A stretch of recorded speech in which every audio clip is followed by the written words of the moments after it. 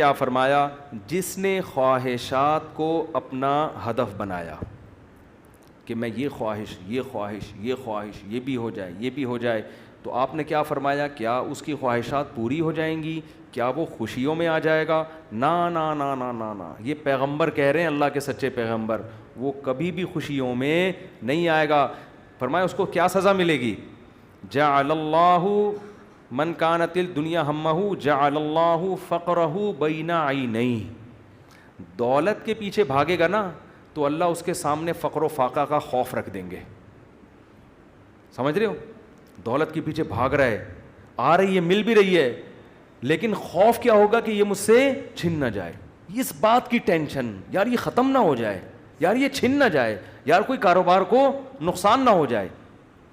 بڑے بڑے کروڑ پتی فیکٹریوں کے مالک آتے ہیں، کہتے ہیں کہ لاشعوری سا خوف ہمیں ستاتا ہے، دنیا کی ہر نعمت ان کے پاس، مگر دماغ میں نا ایک کہہ رہے ہیں ہمیں خود بھی نہیں پتا ہم ڈر کس چیز سے رہے ہیں، لیکن سکون نہیں ہے، ایک لاشعور میں خوف ہے جو ہمیں مسلسل ستا رہا ہے۔ یہاں ایک آئے کئی سال پہلے، سفید ٹوپی، پوری پراپر داڑھی، اور جناب سفید کرتا، بڑے ایسے نورانی چہرہ، اور پکے نمازی تھے، بہت بڑے تاجر۔ مجھے کہنے لگے مفتی صاحب میں ایک دل کی بات آپ سے شیئر کرنا چاہتا ہوں۔ میں نے کہا جی۔ کہہ رہے میں نماز بھی پڑھتا ہوں، روزے بھی رکھتا ہوں، اہل اللہ کی صحبت میں بھی بیٹھتا ہوں، اور لیکن پتہ نہیں میرے دل میں سکون نہیں ہے، میرے دل میں سکون نہیں ہے۔ میں نے کہا آپ فیکٹری کے مالک ہیں، کوئی پرابلم ہے تو بتائیں۔ کہہ رہے نہیں کوئی پرابلم بھی نہیں ہے۔ میں نے کہا آپ کے ساتھ بے سکونی پتہ ہے کیا ہے؟ میں جانتا ہوں آپ کی بے سکونی، آپ کو یہ ڈر ہے کہ اس فیکٹری کا کوئی نقصان نہ ہو جائے، جیسی زندگی ابھی ہے پتہ نہیں یہ ہمیشہ ویسی رہے گی بھی یا نہیں رہے گی۔ تو نماز تو آپ نے پڑھ لی، آپ نے زکاتیں بھی دے دیں، آپ نے روزے بھی رکھ لیے، لیکن یہ جو لاشعور میں خوف ہے نا، اس خوف کا کوئی ازالہ کرنے والا نہیں ہے، کیونکہ آپ کو پتہ ہے یہ شیورٹی، یہ گارنٹی کوئی بھی نہیں لے سکتا کہ تمہیں نقصان کبھی بھی نہیں ہو سکتا، کیونکہ آپ نے اپنی زندگی میں دیکھا ہے بڑے بڑے کاروبار چلتے ہوئے ٹھپ ہو جاتے ہیں، لوگ روڈ پہ آ جاتے ہیں۔ کہہ رہے ہیں بالکل آپ صحیح کہہ رہے ہیں، مجھے یہی خوف ہے۔ میں نے کہا اس خوف کا یہ علاج نہیں ہے کہ آپ اپنے کاروبار کو ہر طرح سے سیو کر لو، یہ تو وہ تو کرنا تو چاہیے سیو، لیکن یہ علاج نہیں ہے۔ میں نے کہا اس کا علاج یہ ہے کہ آپ یہ فرض کر لو کہ یہ چھن گیا آپ سے سب کچھ، ابھی برباد ہو گئی، اللہ نہ کرے فیکٹری میں آگ لگ گئی، اب ہوگا کیا؟ کہہ نہیں کیا ہوگا؟ میں نے کچھ بھی نہیں ہوگا، صبح 2 پراٹھے آپ پھر بھی کھاؤ گے، رات کو سونے کے لیے چھپڑا آپ کو گندے نالے پہ یا فٹ پاتھ پہ مل جائے گا، کوئی بات نہیں، انجوائے کرنا، دنیا مسافر خانہ ہے، رہنے کی جگہ بولو نہیں۔ ہماری بیسک ضرورت ہے، جب شدید بھوک لگے، بھوک برداشت نہیں ہوتی ہے، کھانے کو روٹی مل جائے، یہ بیسک ضرورت ہے۔ نیند آئے تو سونے کے لیے جگہ مل جائے۔ یہ نیند ایسی عجیب چیز ہے، آپ اگر نہیں سونا، ایک وقت آتا ہے کہ آپ بچو گے بھی نا تو کانٹوں پہ بھی نیند آ جائے گی آپ کو۔ اب جیسے میرے ساتھ ہوتا ہے نا، نیند نہیں ہو رہی، ایک وقت جب بہت زیادہ جمع ہو جاتی ہے، پھر ہم نہیں بھی سونا چاہ رہے ہوتے ہیں، سو رہے ہوتے ہیں۔ میں ایک دفعہ سفر میں آ رہا تھا، بڑا لمبا بس کا سفر تھا، سونے کا ٹائم ہی نہیں ملا، تو جب ہم سکھر تک پہنچے نا، تو پرانی بات ہے 20-25 سال پرانی، تو میں ایسا سویا ہوں، کبھی اس کے اوپر جا کے دھڑام سے گر رہا ہوں، وہ اٹھا رہا ہے بھائی کیا کر رہے ہیں مولوی صاحب، پھر جب ادھر کو کر دو دھڑام سے اس کے اوپر گرا، وہ کہہ رہا ہے مولوی صاحب تمیز سے بیٹھو یار، پھر ادھر میں جاگنے کی کوشش کر رہا ہوں، لیکن یہ اللہ کی رحمت ہے کہ جو چیز ضروری تھی وہ اللہ نے آپ کے اوپر مسلط کر دی۔ تو میں نے کہا نیند کا بھی کوئی ٹینشن لینے کی ضرورت نہیں ہے، سونے کی کہیں بھی جگہ نہ ہوئی نا آپ کو، اور جب گہری نیند آتی ہے نا، انسان پہ مسلط ہوتی ہے، بے شک نرم گدا نہ بھی ہو، سونے کا مزہ خاندانی آتا ہے۔ آدمی کہتا ہے کہیں سر ٹکانے کی، کوئی بندے سے کہتا ہے تو خالی ہاتھ یوں رکھ کے کھڑا ہو جا تھوڑی دیر کے لیے، کہیں سر ٹکانے کی ذرا سی جگہ مل جائے، ایسا مزہ آتا ہے سونے میں۔ وہ جو سبزی والا جو میرے پیسے لے کے بھاگا تھا نا، وہ ٹھیلے پہ سوتا تھا رات کو، وہ رات کو ٹھیلے پہ سوتا تھا، اس کو سکون تھا نا، اس کی سکون نہیں تھا اصل میں، وہ تھک اتنا جاتا تھا نا فراڈ کر کر کے ادھر سے پیسے، تو رات کو آ کے اب اس کو جگہ نہیں ملی، تو میں نے کئی دفعہ دیکھا ٹھیلے پہ سو رہا ہے وہ۔ مزدور لوگوں کو دیکھ لو نا آپ، جہاں جگہ ملے سو جاتے ہیں وہ۔ تو میں نے ان سے کہا کہ ٹینشن لینے کا نہیں ہے، آپ کی بیسک ضرورت نیند ہے، وہ آ جائے گی, کہیں بھی آ جائے گی, بیٹھے بیٹھے سو جاؤ گے. اور کھانے کی ضرورت, اتنا رزق اللہ انشاءاللہ آپ کو دے دے گا. اور شدید بھوک میں تو میرے بھائی دال میں بھی وہ مزہ آتا ہے جو ایک مالدار کو قورمے بریانی میں آتا ہے. شدید بھوک لگ رہی ہو نا, دال کھانے کا اپنا مزہ ہے. میں نے کہا دال مل جائے گی. پھر کہنے لگے بیوی بچوں کا کیا ہوگا جب اتنی غربت ہوگی, خطرہ ہوگا تو بھاگ جائیں گے. میں نے کہا جو خود سے بھاگے اسے بھاگنے دو. ٹھیک ہے نا, جو خود سے بھاگے اسے کوئی ٹینشن. مسافر خانہ ہے نا بھائی. نیک بیوی تو وہ ہوتی ہے جو آپ کی شریکہ حیات ہے. جب دولت تھی اس وقت بھی ساتھ, جب غربت تھی اس وقت بھی ساتھ. تو اگر غربت میں وہ بھاگ گئی, بولو اے اللہ اچھا ہوا تو نے زندگی میں ہی جان چھڑا دی. کیا خیال ہے بھائی؟ اور میں نے کہا جب دوبارہ پیسہ آئے تو پھر اس کو لے کے نہ آؤ, بولو اب وہیں رہو. اب کیا کرنا ہے, وہیں رہو. غیرت مند آدمی تھوڑی ایسی چیزیں پالتا ہے لے کے. تو میں نے کہا بھاگتا بھاگتا کوئی ہے نہیں آج کل, لیکن اگر بھاگ گئی ٹینشن نہیں, مسافر خانہ ہے. ویسے بھی مر جاتے تو قبر میں دفنا کے آ جاتی وہ. تو کوئی ٹینشن نہ لو میرے بھائی, کسی چیز کی ٹینشن لینے کا بالکل بھی نہیں ہے. ہم مسافر خانہ ہے. ہماری فیکٹریوں کو اللہ نہ کرے آگ نہ بھی لگے تو بھی تو مرنا ہے نا. ارے فیکٹری تم نہیں مرے, فیکٹری مر گئی ہے زیادہ اچھا ہے. اس سے بہتر کہ تم مر جاتے اور فیکٹری بچ جاتی. کوئی فرشتہ آئے اور کہے اللہ نے مجھے حکم دیا ہے اس کی فیکٹری کو آگ لگوا دو, لیکن اس کو آپشن دے دو کہ تو مرے تیری فیکٹری کو مار دیں. آدمی کہتا ہے بھائی مزدوروں سمیت مار دے اس پوری فیکٹری, مجھے بچا لو. یہی ہوگا نا, مجھے بچا لو. تو ان کو تھوڑا سکون ہے. میں نے کہا آپ کا مسئلہ یہ ہے کہ آپ نماز پڑھتے ہیں, علماء کے پاس بھی بیٹھتے ہیں, مگر آپ نے دل میں دنیا کی محبت کے گٹر ابل رہے ہیں آپ کے. ہمارے حضرت فرمایا کرتے تھے بہت سے لوگ ایسے ہیں, بڑی بڑی داڑیاں, تہجد گزار اور جناب بڑے ہر بات پہ درود شریف, لیکن دل میں دنیا کی محبت کے گٹر پالے ہوئے ابل رہے ہیں. یہ ایسے جیسے اللہ کی محبت کے چشمے ابلتے ہیں نا, تو دنیا کی محبت کے چشمے نہیں ابلتے, گندگی کے گٹر ہیں جو ابلتے ہیں. تو کہتے ہیں ان کے دل میں گندگی نہیں ہے, گندگی کے دنیا کی محبت کی جو ایک گٹر ہے نا, گٹر, وہ گٹر ابل رہے ہیں. جس کو یہ مثال سمجھ میں نہ آتی ہو, بارشوں میں ہماری گلی کو آگے دیکھ لیا کرے گٹر کیسے ابلتے ہیں, تو وہ پتہ چل جائے گا کہ یہ ہے جو گند نکلا ہوا ہے. اس گند کو نکالو. کیا کہا پیغمبر نے ہود علیہ السلام نے اپنی قوم سے, صالح علیہ السلام نے اپنی قوم سے, تتخذون مصانع لعلکم تخلدون. اے میری قوم تم گھر اتنے مضبوط بناتے ہو جیسے تم نے ہمیشہ رہنا ہے, اتنا پیسہ ان دیواروں میں کیوں پھونک رہے ہو؟ حالانکہ وہ حلال پیسوں سے گھر بنا رہے تھے بھائی, حرام سے تھوڑی بنا رہے تھے, حرام سے نہیں بنا رہے. پھر بھی پیغمبر اعتراض کر رہے ہیں کہ موت کو بھول گئے ہو تم, اتنا سریا بنیادوں میں ڈالا جا رہا ہے. لوگ بتا رہے تھے ہم نے یہ سریا ڈالا. میں کہتا ہوں اپنی ہڈیوں میں تو کیلشیم ہے نہیں تمہارے, پہلے اپنی ہڈیوں میں سریا ڈالو بھائی. ہڈیاں بوسیدہ ہو رہی ہیں, کھوکھلی ہو رہی ہیں, اور مکان کی مضبوطی پہ انسان فخر کر رہا ہے.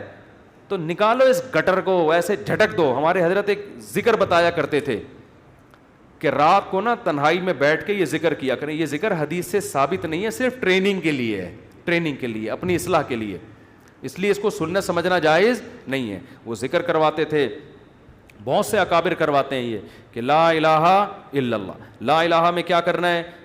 گردن یہاں لے کے جانی ہے. لا الہ کوئی معبود نہیں, یہ تصور کر رہے ہیں دل سے اللہ کے علاوہ سب چیزیں نکل رہی ہیں, نکال کے باہر پھینک رہا ہوں. اس تصور کا نا بڑا اثر پڑتا ہے دل کے اوپر. لا الہ سب نکال کے, بحریہ ٹاؤن نکالو سب سے پہلے اس میں سے. ہاں بحریہ, آپ کو نہیں پتا بحریہ ٹاؤن کا, آپ باہر سے آئے نا. ہمارے ہاں وہ کامیاب ہے جو بحریہ ٹاؤن ہے, اور وہ ناکام ہے جو بحریہ ٹاؤن نہیں ہے. تو ہمارے ہاں جنت الفردوس میں ریاض ملک ہے جس کا بحریہ ٹاؤن ہے. یہ جنت جو دنیا میں باتیں کرتے ہیں لوگ, اب اس کو نہیں مانتے, کہتے ہیں بھائی تیرے پلاٹ کتنے ہیں. تو لا الہ کا مطلب نکالو دل سے, کوئی نہیں ہے. جو گند بھرا ہوا ہے نا, دکان, پلاٹ, جائیدادیں, جاگیریں, جدھر دل اٹکا ہوا ہے, میرا بزنس, میرا کاروبار, میرا پلاٹ, میرا یہ سب میرا کر کے, جو میری گاڑی, یہ سب فضول چیزوں کو لا الہ میں تصور کر کے نکلو. حالانکہ اس وقت ہمارے پاس دھیلا بھی نہیں تھا, ہم تو خود طالب علم تھے, لیکن کہتے تھے نکالو دل سے. رات کو 100 دفعہ نا یہ ذکر کرواتے تھے, لا الہ سب نکال دیا, الا اللہ. پھر الا اللہ میں چوٹ مارتے تھے دل پہ. الا اللہ صرف کون ہے؟ اللہ ہے. تو الا کل ما خلا اللہ باطل, حدیث میں آتے اللہ کے علاوہ سب باطل ہے. اس کا ہم آج کی زبان میں ترجمہ کریں گے اللہ کے علاوہ سب بکواس ہے. سب کیا ہے؟ بکواس. اگر سب بکواس نہ ہوتا تو موسیٰ کلیم اللہ کو اللہ دنیا دیتا نا, اور فرعون کو غریب رکھتا کہ موسیٰ تو میرے ہیں تو ان کو دنیا بہت دوں گا, اور فرعون میرا دشمن ہے, اس کو کھانے پینے کے لیے روٹی, اس کی فیکٹریوں میں آگ لگاؤں گا. کیا کراؤں گا؟ فیکٹریاں تو فرعون کی چل رہی تھیں, اس کے محلات کے نیچے نہریں بہہ رہی تھیں, اور موسیٰ کلیم اللہ کو فرعون غربت کے طعنے دیتا تھا. ان کے پاس تو کچھ بھی نہیں ہے, شادی کرنے کے لیے تو 10 سال بکریاں چرائی ہیں انہوں نے. آپ شادی کرتے ہیں نا, اصل میں کیسے بھائی اتنے اچھے خاندان میں شادی ہوئی, آپ بتاتے ہیں یار ایکچولی میرا بزنس, اور وہ انہوں نے ایسا میرا اسٹیٹس دیکھا کہ خود ہی دے دی انہوں نے. اور غریب آدمی, ابے تجھے کیسے مل گئی؟ تو کیا کہہ رہا تھا, یار کسی کا رکشہ ادھار لے کے گیا تھا میں بتانے کے لیے. وہ بیچارہ فخر کر سکتا ہے؟ تو فرعون یہ طعنے دیتا موسیٰ علیہ السلام کو کہ ام انا خیر من ھذا الذی ھوا مہین, میرے پاس دولت یہ غریب. تو اس سے پتہ چلتا ہے اللہ کے علاوہ اس دنیا میں سب کچھ کیا ہے؟ بکواس. ہمارے نبی کچرے کے ڈھیر پہ صحابہ کے ساتھ گئے, ایک مری ہوئی بکری کا بچہ, سوری مری ہوئی بکری کا بچہ نہیں, بکری کا مرا ہوا بچہ, سمجھتے ہو؟ بکری کا مرا ہوا بچہ مردار ہوتا ہے نا, بو آ رہی ہوتی ہے, پھول پھٹ رہا ہوتا ہے. آپ نے صحابہ سے فرمایا کوئی ہے جو اس کو کچھ درہم میں خریدے؟ صحابہ نے کہا یا رسول اللہ اس گند کو کون خریدے گا؟ آپ نے فرمایا اللہ کی نظر میں اس دنیا کی حیثیت اس سے بھی کم ہے. جو ہم اس کو لفٹ کرا رہے ہیں نا, میرا پلاٹ میری گاڑی, چند اصل میں یہ سمجھ میں آتی نہیں ہے. آنکھ بند ہوگی تو سمجھ میں آ جائے گا یار کس چیز پہ میں نے محنت کی. تو دل سے دنیا کی محبت نکالو, اور یہ ذکر تنہائی میں اجتماعی نہ کرے, ایک بدعت نہ بن جائے. ہاں لاؤڈ اسپیکر کھول کھول کے بھی مسجدوں میں ہو رہا ہے, ایک ٹوپی ڈرامے شروع ہو جاتے ہیں. ہر چیز کو نا لوگ انٹرٹینمنٹ کا ذریعہ بنا لیتے ہیں. اب یہ ذکر میں نے بتا دیا تو اب پتہ چلا مسجدوں میں پروگرام چلیں, آئیے ہمارے یہاں 3:05 پہ ذکر ہوگا, پھر ہاں ہو رونا دھونا کرنا کرانا کچھ بھی نہیں ہوتا. تو تنہائی میں بیٹھ کے اگر 100 دفعہ ایسے کر لیں, لا الہ ہلکی آواز کے ساتھ, لا الہ الا اللہ, لا الہ الا اللہ, لا الہ الا اللہ, آپ کئی دن تک کنٹینیو کریں گے, آپ کے دل کی کیفیت بدلنا شروع. پھر آپ کو لگے گا یار لا الہ کوئی نہیں ہے, سب بکواس ہے. پھر کوئی آپ سے آ کے کہے گا نا ابے بحریہ ٹاؤن, آپ کہو گے میں تو رات کو 100 دفعہ دل سے یہ بحریہ ٹاؤن نکالا ہے میں نے, تو کس بحریہ ٹاؤن کی بات کر رہا ہے؟ دنیا رکھو ضرور, ایسا نہ ہو کہ پلاٹ ہی بیچ دیں صبح اٹھ کے. 3 پلاٹ تھے بحریہ ٹاؤن میں بچوں کے لیے رکھے ہوئے تھے, لا الہ الا بحریہ ٹاؤن نکال کے صبح کا اٹھا کے دے دو کسی کو بس. تو اتنا کریں جتنا افورڈ کر سکتے ہیں. یہ تو ہمارے نبی نے تو رکھا ہی نہیں نا, لیکن ہمیں حکم ہے, ہم کمزور لوگ ہیں, رکھ لو. اگر اللہ نے وسائل دیے ہیں, دل نہ لگاؤ. دل لگانے کا کیا مطلب ہے؟ فیکٹری اس لڑکے نے رکھی تھی مگر دل میں بھی رکھی ہوئی تھی. تو میں نے کہا دل سے فیکٹری کو کیا کرو, نکال دو. جب نکالو گے تو کیا ہوگا؟ دل میں محبت ہے یا نہیں ہے, اس کی علامت ہے چھوٹ جانے پہ نقصان کتنا ہوتا ہے. دیکھو بہت سے لوگ اپنی بیوی سے کہتے ہیں میں تم سے بہت محبت کرتا ہوں, پتہ چلے گا مرنے پہ نقصان کتنا ہو, افسوس کتنا ہو رہا ہے آپ کو. رہتے تو سبھی میاں بیوی اکٹھے ہی ہیں نا, کیا خیال ہے؟ صبح وہ ناشتہ بنا کے دے گی, آپ کھا لو گے, آپ کے بچوں کو, سب ایک محبت سے ہنسی خوشی زندگی گزر رہی ہے. اس سے تھوڑی پتہ چلتا ہے کہ آپ کو اس سے محبت بھی ہے یا نہیں ہے. اگر وہ مر جائے, اس کو کینسر ہو جائے, آپ کے دل میں آئے کہ چلو یار, بعض نہ اوپر سے ڈاکٹر صاحب بس بہت ٹینشن میں ہو, اندر سے یار خود سے جا رہی ہے, جانے دو. جیسے ایک 2 نمبر مولوی صاحب تھے بدعتی, وہ تقریر کرتے تھے چوری حرام چوری حرام چوری حرام. ایک دن ان کے گھر میں کھانا نہیں, تو ان کی بیوی نے کہا کیا کروں بھائی؟ انہوں نے کہا پڑوسیوں کی مرغی چوری کر لو. تو انہوں نے کہا بھائی پڑوسیوں کے آپ تو خود چوری کے خلاف بیان کرتے ہیں. اس نے کہا بھائی ہم شوربے سے لگا کے کھا لیں گے, بوٹیاں چوری کی تو بوٹیاں ہوں گی نا, بوٹیاں نہیں کھائیں گے ہم. اب ان کی بیگم نے سالن پکایا اور دیگچی کو انڈیلنے لگی تاکہ شوربہ آئے, اور بوٹیوں کو چمچ سے پیچھے کرنے لگیں. تو یہ کہتے ہیں بھائی جو خود سے آئے آنے دو. چوری تو وہ ہے نا ہم کھا رہے ہیں, ہم تھوڑی کھا رہے ہیں, خود ہی آ رہی, کشش ثقل گریوٹی کی وجہ سے آ رہی ہے یہ زمین. تو بعض لوگ بیوی سے اتنے بیزار ہوتے ہیں, علاج بھی کر رہے ہیں ایک ذمہ داری سمجھ کے, لیکن دل میں یہ ہوتا ہے اگر خود سے مر رہی ہے نا تو اللہ تو سمجھتا تو ہے نا میں کیا کہنا چاہتا ہوں. تو ساتھ رکھنا، اس سے نہیں پتہ چلتا کہ آپ کو اس سے محبت ہے یا نہیں ہے. لوگ رہ لیتے ہیں، پیسہ بھی رکھ لیتے ہیں، محبت کا اس سے پتہ چلتا ہے چھوٹ جانے پہ غم کتنا ہوتا ہے. گاڑی رکھیں، بنگلہ رکھیں، چھوٹ جانے کے لیے تیار رہیں، چھوٹ گئی تو کوئی مسئلہ نہیں ہے یار. تو میں نے ان صاحب کو کہا کہ یہ فیکٹری میں ابھی سے فرض کر لو آگ لگ گئی ہے اور سب برباد ہو گیا، اب آپ دھوتی بنیان میں گھوم رہے ہو ٹھیک ہے نا، تو کیا ہوگا؟ بس میں نے کہا وہ ابھی سے فرض کر لو. تو کہنے لگے یار بڑا سکون ملا ہے. تو میں نے کہا یہ سکون آپ کا پھر ختم ہو جائے گا، پھر فیکٹری تو نکالو اس کو دل سے. اور دل سے دنیا نکالنے کا ایک بہت بہترین طریقہ ہے صدقہ کیا کرو. جب روکڑا خرچ کرتا ہے نا دل کھنچتا ہے. ہم جو صدقہ کرتے ہیں نا اس میں ٹینشن نہیں ہوتی ہمیں. اتنا کرو جس سے تھوڑی سی تکلیف ہو کہ کیا کر دیا یار، کیا کر رہا ہوں. حدیث میں آتا ہے بہترین صدقہ وہ ہے کہ جب تم کرو تو تمہیں ڈر ہو کہ غریب نہ ہو جاؤں. تأمل الغنا و تخش الفقر، اور نہ کرنے میں امید ہو کہ بڑا پیسہ بنا لوں گا. اس کنڈیشن میں جب کرو گے نا تو یہ سب سے بہترین صدقہ ہے. تو صدقہ کیا کرو، دے دیا کرو یار. یہ ہمارے حضرت فرماتے تھے ایک آدمی دکان سے اتنی محبت ہو گئی اس کو، ایک دن اس نے کہا کہ مجھے اتنا دکان میں دل اٹک گیا، ایک دن میں دکان بند کر کے بیٹھ گیا. میں نے کہا بھاڑ میں جائے، اپنی اصلاح کے لیے نا کوئی بات نہیں، نقصان کرو یار اپنا، ہر وقت دکان دکان دکان ایسی کی تیسی تالا لگا کے گھر بیٹھ گیا کہ جب نارمل کنڈیشن میں ہوں گا پھر آؤں گا. جیسے کسی کو عشق ہو جائے نا کسی سے، اب مل تو رہی نہیں ہے وہ، تو عشق میں وہ پاگل ہونا شروع ہوتا ہے. تو بیوقوف لوگ کیا کرتے ہیں، ہر وقت اس کی یاد دماغ میں، ہر وقت اس کو دیکھ رہے ہیں، اس کی تصویریں دیکھ رہے ہیں، پرانے میسج پڑھ رہے ہیں، سوچ رہے ہیں. بیوقوف یہ کرتے ہیں. عقل مند کیا کرتا ہے، لعنت بھیجو یار صحیح ہے نا، نمبر ہی بلاک کر دو ایسی کی تیسی. اور جب یہ کیفیات ختم ہو جائیں گی پھر دیکھوں گا شادی ہو گئی نہیں ہوگی، دوبارہ ٹرائی کر کے کوشش کروں گا. پاکستانی چھوڑتا تو ہے نہیں، کہتے پھر ایک سال بعد دوبارہ ٹرائی کریں گے ہم. تو عقل مندی کا تقاضا ہے. تو جلدی سے بس حدیث مکمل کر دوں. نبی نے فرمایا جس نے خواہشات کو ہدف بنا لیا تو اللہ فقر و فاقہ اس کے سامنے لا کے کھڑا کر دیں گے. کروڑ پتی ہوگا مگر آگے فقر و فاقہ اس کو ڈرا رہا ہوگا، بھائی میں حملہ کر دوں گا، میں تجھے کھا جاؤں گا. اس خوف کی وجہ سے لائف کو انجوائے نہیں کرے گا. وہ جعل اللہ فقرہ بین عینیہ وفرق علیہ شملہ.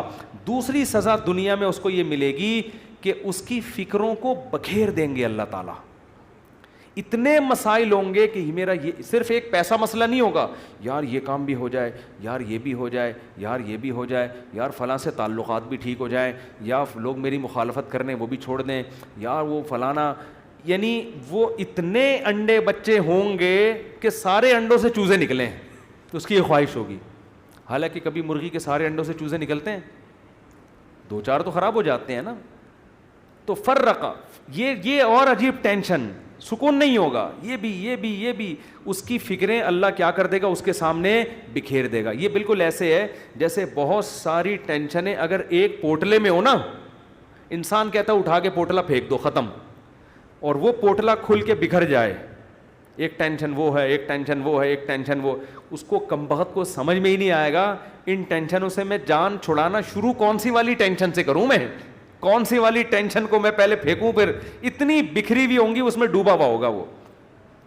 اور آگے آپ نے فرمایا اتتہ ولم یاتہ من الدنیا الا ما قدر له. یہ سارے کام دنیا کے لیے کر رہا تھا نا، وہ دو بکھیڑے پال لیے اس نے، دنیا کے لیے سب کچھ کر رہا تھا، اور اس کی دو سزائیں تو اللہ فوراً دے دے گا، فقر و فاقے کا خوف اور ٹینشنوں کو بکھیر دے گا. یہ دو ٹینشنیں تو چلو ہم کہتے ہیں یار دنیا مل جاتی تو چلو یہ ٹینشنیں بھی قبول ہیں. اللہ کہتے ہیں ملے گی اتنی جتنی مقدر ہے. نبی نے فرمایا ملے گی اتنی نہیں جتنی اس کی چاہت ہے، اتنی جتنی اللہ نے لکھی ہوئی ہے. اگر یہ زیادہ کی کوشش کرے گا تو ہو سکتا ہے دھیلا بھی نہ ملے، اور ہو سکتا ہے ڈبل مل جائے. تو یہ بھی اس کی چاہت پہ نہیں ہے، یہ کس کی چاہت پہ ہے؟ اللہ کی. تو یقینی پھر بھی نہیں ہے وہ. پھر میں چٹکلا سنا دوں نا، یقینی پھر بھی نہیں ہے. ایک آدمی کو بیوی اچھی نہیں لگتی تھی، بیچاری نے ہر طرح سے کوشش کر لی کہ میں اپنے میاں کو اچھی لگوں، اچھی پھر بھی نہیں لگ رہی اس کو. ایک دن وہ بڑی خوبصورت لپسٹک اور خوبصورت زیور اور خوبصورت ساڑی اور بڑا خوبصورت لباس، ہر چیز بڑی وی آئی پی پہن کے آ گئی. ابھی اب بیوی کی تعریف کر رہے ہیں، یار کیا خوبصورت چوڑیاں پہنی ہوئی ہیں. کہہ رہی تھینک یو، آپ کا بہت شکریہ. کیا خوبصورت ساڑی. کہہ رہی وہ لڈو پھوٹ رہے ہیں کہ آج تو میرا میاں بڑا خوش ہے.